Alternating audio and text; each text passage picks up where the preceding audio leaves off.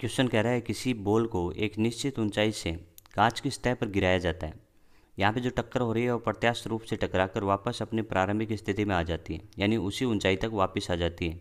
और ये जो प्रोसेस है वो बार बार दोहराया जाता है। तब आपको बताना है कि उसके लिए वेग समय ग्राफ कौन सा होगा, और इसके साथ साथ ये भी बोला है कि नीचे वाली दिशा को धनात्मक आपको लेना है।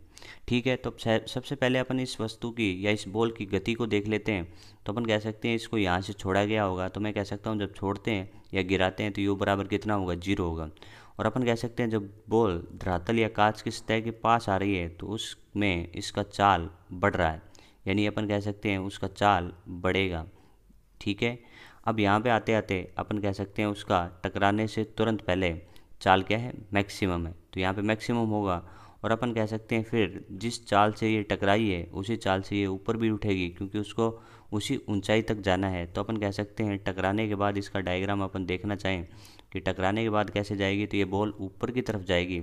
और अपन कह सकते हैं जब ऊपर की तरफ जाएगी तो गुरुत्वाकर्षण पीछे लगेगा, तो उसकी वजह से इसकी चाल क्या हो रही होगी, घट रही होगी। और इसकी अधिकतम ऊंचाई यानी इसी सेम ऊंचाई पे आ गई, तब कह सकते हैं वापस से चाल क्या होगी, 0 होगी।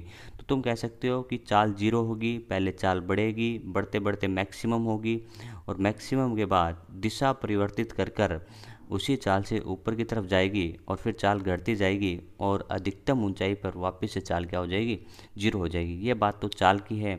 और मैं बात करूं कि इस केस में त्वरण कितना होगा, तो आपका आंसर होगा गुरुत्व के अधीन गति है तो मान तो जी होगा। और जी और इसके साथ साथ बोला है नीचे वाली दिशा क्या लेनी है, धनात्मक लेनी है, तो मैं कह सकता हूँ प्लस होगा, तो प्लस जी होगा। अब आते हैं ग्राफ पे। ग्राफ दिया है वी ओ टी का।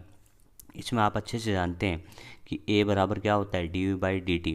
तो तुम कह सकते हो कि ए जो त्वरण है उसका मान क्या होगा, वी टी वक्र का ढाल होगा, क्योंकि अपन कहते हैं कि वी टी और ये जो अवकलन है वो क्या बताता है, ढाल बताता है। तो अपन कह सकते हैं वी टी वक्र का ढाल। तो तुम यहाँ पे दे सकते हो कि जिस वी टी वक्र का ढाल धनात्मक होगा, क्योंकि नीचे वाली दिशा पॉजिटिव हो, तो इस वजह से ये जी का मान धनात्मक, तो जिसका ढाल धनात्मक है वही आपका आंसर होने की संभावना है।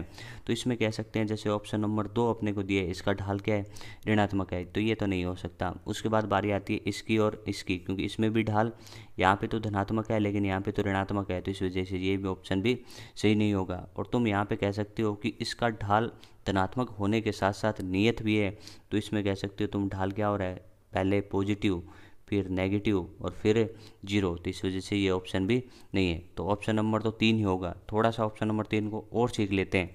अपन कहेंगे प्रारंभिक चाल कितनी है, 0, तो देख सकते हो 0 है।